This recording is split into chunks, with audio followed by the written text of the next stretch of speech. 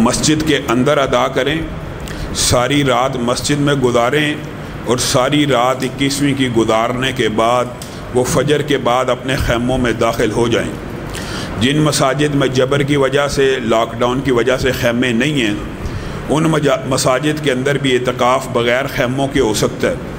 لیکن اگر کوئی بندہ یہ سمجھتا ہے کہ اعتکاف گھر میں ہو جائے گا تو اعتکاف کا جو سنت موقع اور محل ہے وہ مساجد ہے، اور قرآن پاک کے اندر اعتکاف کے جتنے احکامات ہیں مسجدوں کے ساتھ خاص ہیں۔ جو عبادات جس موقع اور محل کی ہوتی ہے وہیں پہ ادا ہوتی ہے۔ اللہ کے فضل و کرم سے آپ نے یہ جو آخری عشرہ ہے، ہمارے جتنے بھی مہمان آئیں وہ اللہ رب العزت کی اصل میں مہمان ہیں۔ ایک تو آپ نے ان کے لیے دلوں کو فراخ رکھنا ہے، ان کی خدمت میں اور ان کی داد رسی میں اور ان کی ضرورتوں کا سب کو خیال کرنا چاہیے تاکہ وہ اپنا اعتکاف بہترین طریقے سے سر انجام دیں۔ اعتکاف ایک ایسی سنت ہے کہ اگر غور کیا جائے تو اس کی ابتدا تو نبی کریم صلی اللہ علیہ وسلم کی نبوت سے بھی پہلے ہو جاتی ہے کہ نبی کریم صلی اللہ علیہ وسلم غار حرا میں گوشہ نشین ہوا کرتے تھے۔ یہ جو اعتکاف ہے اصل میں تنہائی کے اندر غور و فکر دنیا سے کٹ جانے کا نام ہے، لیکن دکھ اور افسوس کی بات ہے کہ آج کل کے دور کے اندر اعتکاف کا وہ جو اصل روح ہے وہ ختم ہو چکی ہے۔ اس کی وجہ کیا ہے؟ اس کی سب سے بڑی وجہ موبائل ہے۔ اعتکاف کے اندر بیٹھا ہوا بھی بندہ موبائل کے اندر اس طرح مشغول ہے، گھر والوں سے رابطہ ہے، بیوی بچوں سے رابطہ ہے۔ یہ کون سا اعتکاف ہے؟ اللہ معاف کرے، یہ نہیں میں کہہ رہا کہ قبول تو اللہ نے ہی کرنا ہے، اعتکاف اللہ نے قبول کرنا ہے، لیکن اعتکاف کا مطلب یہ ہے کہ آپ باقی دنیا سے کٹ کر ایک خالق کے ساتھ۔ اسلام میں رہبانیت نہیں ہے، اسلام میں جنگلوں میں چلے جانا، صحراؤں میں چلے جانا، پہاڑوں میں چلے جانا، پوری دنیا کے ساتھ قطع تعلق کر کے ہمیشگی کے لیے رہبانیت کو اختیار کرنا، یہ اسلام کا مزاج نہیں ہے۔ لیکن اسلام میں غور و فکر کے لیے چند دنوں کو مخصوص کرنا، اور یہ دن رمضان سے بہتر کون سے ہو سکتے ہیں کہ 10 دن آپ صرف اللہ سے تعلق رکھیں، کسی گھر والے کے ساتھ کوئی تعلق نہ ہو، رابطہ نہ ہو۔ 10 دن بعد آپ کا تعلق اور رابطہ بحال ہو جانا۔ آپ ان 10 دنوں کے اندر تو اپنے رب کو خوب منانے کی کوشش کیجئے۔ میرے بھائیوں، اوقات کا فرق ہے، گرمیوں میں لیلۃ القدر آئے، سردیوں میں آئے، آپ کو پتہ ہے راتوں کا دورانیہ فرق ہوتا ہے، لیکن بالعموم جو آج کل رات چل رہی ہے، اگر آپ اس کو 9 گھنٹے کی، 8 گھنٹے کی، 10 گھنٹے کی بھی مان لیں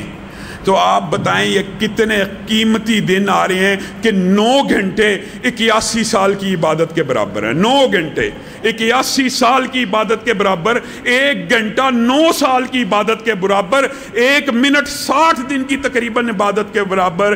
آپ خود بتائیے کہ انسان کتنا بڑا بے وقوف ہوگا یہ ان 9 گھنٹوں کو ضائع کر دے۔ آپ نے اور میں نے، اور یہ پلاننگ صرف آپ نے طاق راتوں کی نہیں کرنی، یہ بھی بات یاد رکھیے، کیونکہ ایک مغالطہ ہے۔ میں اللہ معاف کرے کسی اختلاف میں اس وقت پڑھنا نہیں چاہتا، لیکن آپ نے یہ عبادت 10 کے 10 دن انجام دینی ہے، 10 کے 10 دن، صرف طاق راتوں میں نہیں دینی۔ ایک روٹین بنا لیجئے، اس کی کچھ وجوہات ہیں کہ چاند دیکھنے کے حوالے سے ہمارے یہاں پہ اختلاف پایا جاتا ہے، مطالعے کا فرق ہے۔ آپ اس اختلاف سے بچنے کے لیے 10 کے 10 دن عبادت کر لیں تو پھر آپ کو یہ یقین ہے آپ نے لیلۃ القدر کو پا لیا، پھر کون سی ایسی بات ہے؟ اور لیلۃ القدر کو جس نے پا لیا گویا اس نے 81 برس کی 1000 مہینے کی عبادت کو پا لیا۔ اور عبادت آپ نے ان 10 دنوں میں کیسے کرنی ہے؟ اس کا ایک خاکہ تیار کریں، اس کا ایک شیڈول بنائیں۔ آج 20ویں سے شروع کر دیں، آخری دن تک آپ یہ 10 راتیں اس طرح گزاریں۔ ہم نے 8 رکعت 11 رکعت اس کے اندر قیام تو پورا کرنا ہی کرنا ہے، اور کوشش یہ کریں کہ 8 رکعت امام کے ساتھ قیام کیا۔ جو بندہ وتر پڑھنا چاہتا ہے پڑھ لے، اس کو بھی ساری رات کے قیام کا ویسے ہی امام کے ساتھ ثواب مل گیا۔ لیکن ایک حدیث ہے جس کی طرف آپ کی رہنمائی کرنا چاہتا ہوں، اور انشاءاللہ یہ جو جمعہ آ رہا ہے اس کے اندر قرآن پاک اور ذکر کے الہی کے حوالے سے انشاءاللہ گفتگو کریں گے۔ لیکن ایک حدیث نبی کریم صلی اللہ علیہ وسلم نے کہا، وہ بندہ خزانوں کا مالک لکھا جاتا ہے، دنیا اور آخرت کے خزانوں کا، جو قیام کے اندر 1000 آیات کی تلاوت کرتا ہے۔ سبحان اللہ، 1000 آیات بہت بڑی بات لگتی ہے سننے کے لیے، لیکن قربان جائیں محدثین اور مفسرین کی محنتوں کے اوپر، انہوں نے میرے اور آپ کے لیے کیسا آسان کلیہ کر دیا، آیتیں گن لی، صرف 29واں اور 30واں پارہ جو بندہ قیام کے اندر پڑھ لے 1000 سے زائد آیتیں بن جاتی ہیں۔ جائیے گن لیجئے، 1000 سے زائد آیتوں کا جس نے 2 رکعتوں میں قیام کر لیا، وہ دنیا کے بھی خزانوں کا مالک ہے، آخرت کے خزانوں کا بھی مالک ہے۔ اب کوئی بندہ یہ سوچتا کہ میں نے تو حفظ 29واں 30واں نہیں کیا ہوا، تو سب سے پہلی بات ارادہ کر لیجئے، زندگی کے اندر کوئی بزرگ بھی ہے جتنی مرضی بڑی عمر کا، اللہ کی قسم ارادہ کر لے، اللہ اس کا سینہ کھولے گا، 29ویں اور 30ویں پارے کو حفظ کرنے کا ارادہ کر لے، اور جو ابھی تک حافظ نہیں ہے وہ مصحف کھول لے، وہ مصحف کو کھول کے 2 رکعت یہ 1000 آیتوں کا ہر روز قیام کرے، ان 10 دنوں کے اندر کر لے، کیا فرق پڑ جائے گا؟ گویا اس نے 1000 آیتوں کا اگر وہ ہر روز یہ قیام کرتا ہے نا، اس کی نامہ اعمال میں محدثین مفسرین نے یہ تفصیلات بھی لکھی ہیں۔ یہ جو 1000 مہینے کی عبادت کا لکھا جانا ہوتا ہے، یہ کیا ہوتا ہے؟ یہ ہوتا ہے کہ ایک بندہ عہد کرے، میں نے امام کے ساتھ یہ 8 رکعت یا 11 رکعت نماز کو پڑھنا ہے، امام کے ساتھ سلام پھیر دینا ہے، تو ایسا لکھا جائے گا کہ اس نے 1000 مہینے کا قیام کیا ہے، 1000 مہینے کا، یعنی ہر روز 81 برس تک یہ بندہ قیام کرتا رہا ہے۔ آپ نے 1000 آیتوں کا اگر قیام 2 رکعت میں کر لیا، لکھا یہ جائے گا 81 برس تک اس بندے نے ہر روز 1000 آیتوں کے ساتھ قیام کیا۔ پھر آپ حسب توفیق قرآن پاک کو پڑھنے کا ارادہ کیجئے، وقت مل جاتا ہے، وقت انسان ڈھونڈنا چاہے اتنی چھوٹی رات بھی نہیں ہے، قیام کے بعد بھی قرآن کھولیے، ایک پارہ جو زیادہ پڑھنا چاہتا ہے پڑھ لے، لیکن کم از کم یہ 10 راتیں 1 سپارہ ناظرہ پڑھنے کی کوشش کرے گا، 81 برس تک لکھا جائے گا اس نے ہر روز 1 سپارہ پڑھا ہے۔ پھر حسب توفیق، حسب استطاعت، جتنی جس کی جیب کی گنجائش ہے، اپنی جیب کے مطابق، کوئی 100 روپیہ، کوئی 1000 روپیہ، کوئی 2000 روپیہ ہر روز رات کو اللہ کی بارگاہ میں صدقہ کر دے۔ اگر لیلۃ القدر کی رات میں بھی ہو گیا، اور انشاءاللہ جو 10 راتیں کر رہا ہے اس کے لیے یقینی ہے کہ اس نے لیلۃ القدر کو پا لیا ہے، اس کے بارے میں لکھا جائے گا 81 سال تک ہر روز 1000 خرچ کیا کرتا تھا۔ آپ نے شیڈول یہ بنانا ہے کہ آپ نے ان 10 راتوں کے اندر نیکی کے زیادہ سے زیادہ اعمال کو اکٹھا کرنا ہے، اور ان کے اندر جنت میں محل بنانے والے اگر آپ اعمال ان کے اوپر توجہ کریں تو آپ کے اور میرے لیے ذخیرہ آخرت اتنا عمدہ تیار ہو جاتا ہے۔ نبی کریم صلی اللہ علیہ وسلم نے ارشاد فرمایا، جو بندہ فرض نماز کے علاوہ 12 رکعت نماز ادا کرتا ہے، فرض کے علاوہ، ایک تو فرائض ہیں، فرائض تو آپ کو پتہ، فجر کی 2، ظہر کی 4، عصر کی 4، مغرب کی 3، عشاء کی 4، ان فرضوں کے علاوہ 12 رکعت ادا کرتا ہے، اور ان رکعتوں کی تفصیل بھی نبی کریم صلی اللہ علیہ وسلم نے بتا دی، آسانی کر دی، کوئی ڈھونڈنے کی ضرورت ہی نہیں۔ فجر کی 2 سنتیں، ظہر سے پہلے 4، ظہر کے بعد 2، یہ 6 ہیں، اور فجر کی 2، کل 8، اور مغرب کی 2، 10، اور عشاء کی 2، 12۔ یہ 12 رکعتیں آپ نے ان 10 دنوں میں کوئی کوتاہی نہیں کرنی۔ یہ 12 رکعتیں جو ایک دن میں پڑھتا ہے، نبی کریم صلی اللہ علیہ وسلم کا وعدہ جھوٹا نہیں ہو سکتا، اس کے لیے اللہ جنت میں ایک خوبصورت گھر تعمیر کر دیتے۔ ان 10 دنوں کے اندر آپ یہ 12 رکعتیں نہیں چھوڑیں گے تو آپ بتائیے 10 دنوں کے اندر 10 محلات نہیں، 81 کے ساتھ 81 برس کے ساتھ ضرب دیجئے، ان کے دنوں کے ساتھ ضرب دیجئے، آپ خود بتائیے کہ آپ کے لیے جنت میں کتنے محلات تیار ہو جائیں گے۔ پھر آپ نے موقع ہے اعتکاف والوں کے لیے، تو میں کہتا ہوں یہ بہت ہی بڑی نعمت کی بات ہوتی ہے یہ وقت، کہ نبی کریم صلی اللہ علیہ وسلم نے فرمایا فجر کے بعد جو صرف سورج نکلنے تک بیٹھا رہتا ہے نا مسجد کے اندر، اور اس کے بعد صرف 2 رکعت پڑھ لے، صرف 2، وہ ایسے ہے جس نے پورے کے پورے حج اور عمرے کا ثواب حاصل کر لیا۔ یہ تو اعتکاف والوں کے لیے ہے، لیکن جو بندہ اعتکاف نہیں بھی بیٹھ رہا اس کو بھی چاہیے اس اجر و ثواب کو پالے، اور اگر وہ یہ اجر و ثواب سے محروم رہتا ہے وہ کیا کرے؟ اس کو چاہیے چاشت کی 4 رکعتیں ادا کرے. صحیح حدیث ہے، یہ بھی نبی کریم صلی اللہ علیہ وسلم نے کہا جو ضحیٰ کی یعنی چاشت کی 4 رکعتیں پڑھتا ہے، پھر اسی دن جو دوسرا کلیہ اس کے اوپر تو آپ نے عمل کر رہے ہونا، 12 رکعتیں وعدہ کرے، کسی نے ان 10 دنوں میں نہیں چھوڑنی، سب وعدہ کرے. اب وہ 12 رکعتیں تو وہ بندہ پڑھ رہا ہے، صرف چاشت کی 4 رکعتیں اس میں ایڈ کرے گا تو حدیث کے الفاظ ہے جو ظہر سے پہلے کی 4 سنتیں پڑھتا ہے اور چاشت کی 4 رکعتیں پڑھتا ہے، نبی کریم صلی اللہ علیہ وسلم نے فرمایا اس کے لیے بھی جنت میں ایک محل قائم ہو جاتا ہے. یعنی 12 کے ساتھ صرف آپ نے 4 رکعتیں بلانی ہیں، محلات کی تعداد 1 نہیں 2 ہو جائیں گی. اور پھر نبی کریم صلی اللہ علیہ وسلم نے فرمایا، اور یہ میرے بھائیوں بڑی عجیب بات ہے، اس کے اوپر لوگ اعتراض کرتے ہیں جو کسی مسلک کا اتنا بڑا اختلافی مسئلہ نہیں ہے، لوگ مذاق اڑانا شروع کر دیتے ہیں. نبی کریم صلی اللہ علیہ وسلم نے کہا جنت کا ایک محل اس بندے کے لیے ہے جو اپنے بھائی کو نماز پڑھتے ہوئے دیکھ رہا ہے اور اس کا قدم اس کے فاصلے پر ہے، اور وہ چاہتا یہ ہے کہ یہ فاصلہ ختم ہو جائے، یہ حلقہ بند ہو جائے. وہ اس کی طرف پاؤں کو کرتا ہے اور اس کے پاؤں کے ساتھ اپنا پاؤں ملا لیتا ہے. نبی کریم صلی اللہ علیہ وسلم نے فرمایا یہ جس نے نیت کر کے پاؤں ملایا نا، اس کا جنت میں ایک محل قائم ہو گیا. کتنا چھوٹا عمل ہے، کتنا چھوٹا عمل ہے. ہاں لیکن ایک تنبیہ یہ بھی یاد رکھیں، بعض اوقات کچھ بزرگ ہوتے ہیں، کچھ لوگ ایسے ہوتے ہیں جن کو یہ فضائل نہیں پتہ ہوتے، وہ اریٹیشن محسوس کرتے ہیں کہ یہ بندے کا پاؤں میرے پاؤں کے اوپر کیوں آ رہا ہے. اگر کوئی بندہ نہیں آپ سے ملانا چاہتا آپ نہ ملائیں، لیکن جو ملائے گا اس کے لیے جنت میں ایک محل قائم ہو جائے گا. آگے چلیے، یہ آپ نے ان 10 دنوں کا شیڈیول ایسا بنانا کہ ہر روز جنت کے اندر محلات بھی بنانے ہیں، عمال بھی ایسے کرنے ہیں کہ 81 برس تک وہ عمل آپ کے نامہ اعمال میں لکھا جائے. ایک نہایت آسان عمل میں آپ کو بتاتا ہوں، نہایت آسان. نبی کریم صلی اللہ علیہ وسلم نے فرمایا جو بندہ،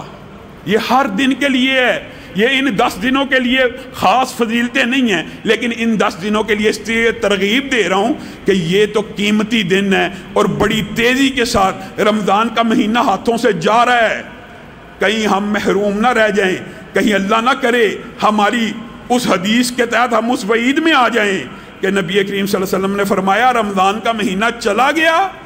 اور اس نے اپنے آپ کو جہنم سے آزاد نہ کروایا. اصل میں ہلاک تو وہی ہوا، اصل میں برباد تو وہی ہوا، اصل میں تو اسی کی ناک خاک آلود ہوئی. یعنی رمضان کا مہینہ موقع ہے نیکیوں کا، موسم بہار آ رہا ہے. آخری 10 دنوں کے اندر رسول اللہ صلی اللہ علیہ وسلم اپنی کمر کو کس لیا کرتے، پہلے بھی کستے، لیکن ان 10 راتوں میں امہات المومنین کہتی ہے نبی کریم ایسی عبادت کیا کرتے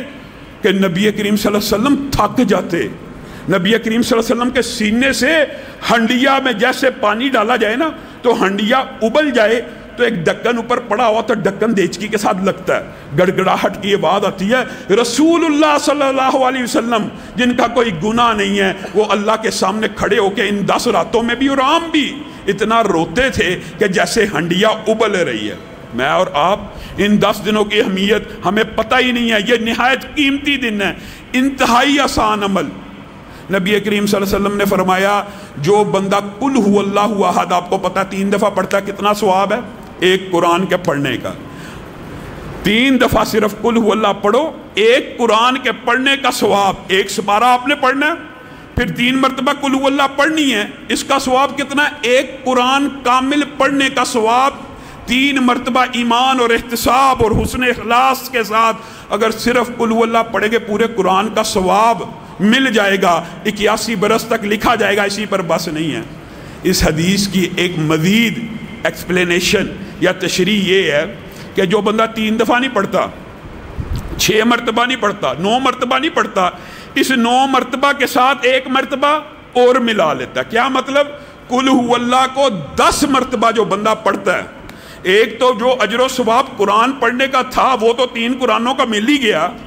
لیکن 10 مرتبہ جو بندہ قل هو اللہ پڑھتا ہے، یہ سورت پڑھتا ہے، یہ سورت اللہ کو اتنی پسند ہے، اللہ کو اتنی محبوب ہے. وجہ کیا ہے؟ اس میں رب کی توحید بیان ہو رہی ہے، اس میں پورا دین بیان ہو رہا ہے، اس میں پورا ایمان بیان ہو رہا ہے کہ اللہ وہ ہے جس کی کوئی اولاد نہیں ہے، نہ وہ کسی کا والد ہے نہ وہ کسی کا بیٹا ہے، تنہا ہے، یگانہ ہے، یکتا ہے۔ ایسی توحید اللہ کو پسند آئی جو بندہ 10 مرتبہ پڑھے گا، صحیح حدیث کے الفاظ ہیں، اس کے لیے جنت میں ایک خوبصورت محل تیار ہو جاتا ہے۔ 10 مرتبہ آپ نے ہر روز یہ بھی پڑھنا ہے، اور اسی پر بس نہیں کرنا،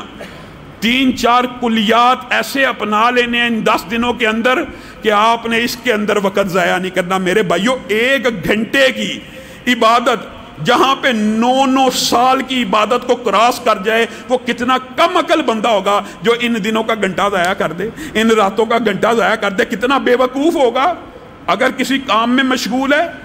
ضروری کام پڑ گیا تو اس کی زبان چلتی رہنے چاہیے۔ کیسے؟ سبحان اللہ و بحمدہ، سبحان اللہ العظیم، یہ پڑھتا رہے۔ اس کے صرف ایک ٹکڑے کے پڑھنے کا اجر و ثواب پتہ کتنا ہے؟ جو 100 مرتبہ سبحان اللہ و بحمدہ پڑھتا ہے، وہ اس کے گناہ،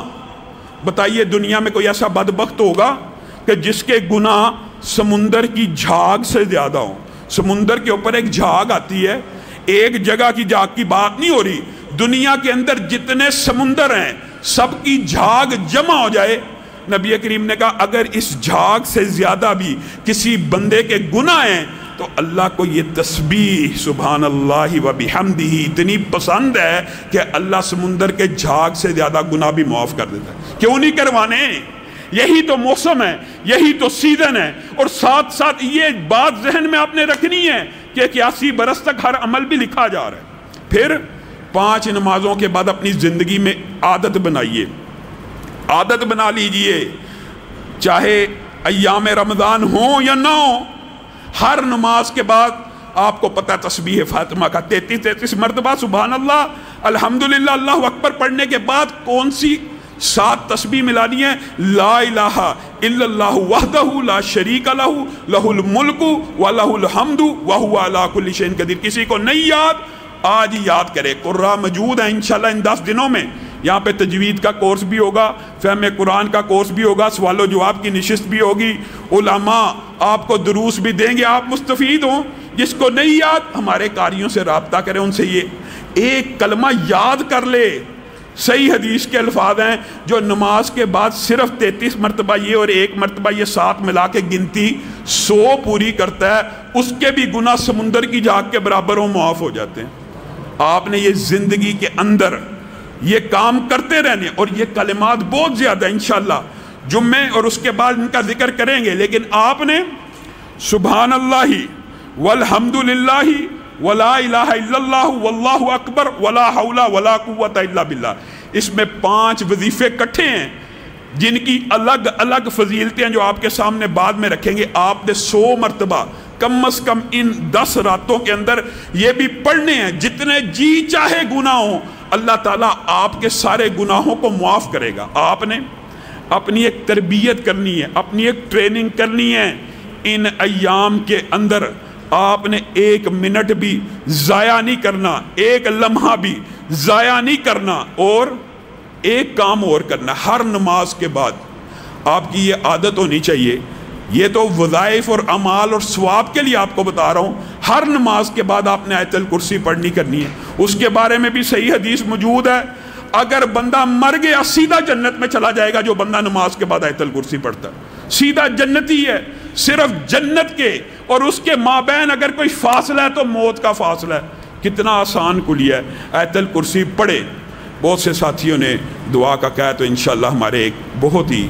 قیمتی ساتھی ہیں، ہمارے بزرگ ہیں، ہمارے دوست ہیں، ڈاکٹر اسد اللہ صاحب، وہ بیمار ہیں، اور بھی کچھ نمازی بیمار ہیں، انہوں نے دعاؤں کے لیے کہا ہے، تو سب ساتھی دعا کریں۔ الحمدللہ رب العالمین الرحمن الرحیم مالک یوم الدین ایاک نعبد و ایاک نستعین اہدنا الصراط المستقیم صراط الذین انعمت علیہم غیر المغضوب علیہم ولا الضالین۔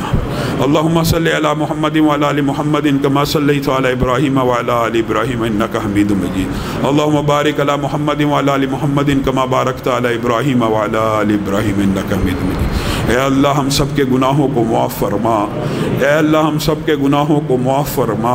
اے اللہ رمضان بڑی تیزی سے گزر رہا ہے، یا اللہ ہماری خطاؤں سے درگزر فرما، یا اللہ ہماری چھوٹی چھوٹی نیکیوں کو قبول و منظور فرما، یا اللہ آپ کی عبادت کا حق ادا نہیں کر سکتے، یا اللہ عبادت کرنے کی توفیق عنایت فرما، یا اللہ ریاکاری سے محفوظ فرما، یا اللہ اخلاص کی دولت سے مالا مال فرما، یا اللہ آپ کی عبادت کا صحیح حق ادا نہیں کر سکے، یا اللہ درگزر فرما، یا اللہ چھوٹی چھوٹی نیکیوں کو قبول فرما، یا اللہ بڑے بڑے گناہوں کو معاف فرما، یا اللہ بڑے گناہ گار ہیں لیکن آپ کی رحمت سے کم گناہ، یا اللہ آپ کی رحمت بہت زیادہ ہے، یا اللہ ہم سب کے گناہوں کو معاف فرما، یا اللہ صبح اور دوپہر کے گناہوں کو معاف فرما، یا اللہ رات اور دن کے گناہوں کو معاف فرما، یا اللہ جلوت خلوت کے گناہوں کو معاف فرما، یا اللہ آنکھوں کی خیانتوں کو معاف فرما، یا اللہ آنکھوں کی خیانتوں کو معاف فرما، یا اللہ زبان کی لرزشوں کو معاف فرما، یا اللہ جھوٹ کو معاف فرما، یا اللہ غیبت کو معاف فرما، یا اللہ طعن و تشنیع کو معاف فرما، یا اللہ گالی کو معاف فرما، یا اللہ زبان کے ہر گناہ کو معاف فرما، یا اللہ آنکھ کے ہر گناہ کو معاف فرما، یا اللہ ہاتھوں کے ہر گناہ کو معاف فرما، یا اللہ ہم سب کی اصلاح فرما، یا اللہ ہم سب کو رزق حلال فراہ نصیب فرما، یا اللہ رزق حلال فراہ نصیب فرما، یا اللہ اپنی جناب سے ہم فقیروں کی جھولیوں کو خیرات سے بھر دے، یا اللہ اپنی جناب سے ہم فقیروں کی جھولیوں کو خیرات سے بھر دے، یا اللہ ہم سب کو رزق حلال فراہ نصیب فرما، یا اللہ اپنے ماں سوا یا اللہ اپنے علاوہ کسی کا محتاج نہ بنا، یا اللہ اپنے علاوہ کسی کا محتاج نہ بنا، یا اللہ ہم سب سوالی ہیں تو تیرے در کے سوالی ہیں، یا اللہ تیرے دربار کے اندر آنے والے ہیں، یا اللہ کبھی کسی غیر کو سجدہ نہیں کیا، کسی کے سامنے ہاتھوں کو نہیں اٹھایا، یا اللہ آپ کو ہاتھوں کو خالی لٹاتے ہوئے حیا آتی ہے، یا اللہ یہ سینکڑوں ہاتھ آپ کی بارگاہ میں اٹھے ہیں، یا اللہ ان ہاتھوں کو خالی نہ لٹا، یا اللہ ان ہاتھوں کو خالی نہ لٹا، یا اللہ ان جھولیوں کو خالی نہ لٹا، یا اللہ ان بزرگوں کی عمر کی حیا فرما، یا اللہ ہم گناہ گاروں کی یا اللہ کہتے ہوئے بھی شرم آتی ہے، لیکن آپ خود کہتے ہیں یا اللہ آپ اٹھے ہوئے ہاتھوں کی حیا کرتے ہیں، یا اللہ ان اٹھے ہوئے ہاتھوں کی حیا فرما، یا اللہ ہماری جھولیوں کو خیرات سے بھر دے، یا اللہ رحمتوں سے بھر دے، یا اللہ رحمتوں سے بھر دے، یا اللہ ہمارے بزرگ بہت سے بیمار ہیں، یا اللہ ڈاکٹر صاحب بیمار ہیں، یا اللہ انہیں شفائے کاملہ عاجلہ نصیب فرما، یا اللہ ڈاکٹر صاحب کو شفائے کاملہ عاجلہ نصیب فرما، یا اللہ ہمارے بہت سے ساتھی بیمار ہیں، یا اللہ ہم سب بھی روحانی یا جسمانی طور پہ بیمار ہیں، یا اللہ ہم سب کو شفا یاب فرما، یا اللہ روحانی بیماریوں کو دور فرما، یا اللہ روحانی بیماریوں کو دور فرما، یا اللہ نفسیاتی بیماریوں کو دور فرما، یا اللہ ڈپریشنوں کو دور فرما، یا اللہ پریشانیوں کو دور فرما، یا اللہ ہم سب کے خوف کو دور فرما، یا اللہ وسوسوں کو دور فرما، یا اللہ بلڈ پریشر کو ختم فرما، یا اللہ جتنی مودی بیماریاں سب کو ختم فرما، یا اللہ ہمیں روحانی جسمانی طور پہ شفا یاب فرما، یا اللہ ہم میں سے کوئی بھی بیمار ہے تو یا اللہ آپ ہی شفا دینے والے ہیں، یا اللہ سب کو شفا یاب فرما،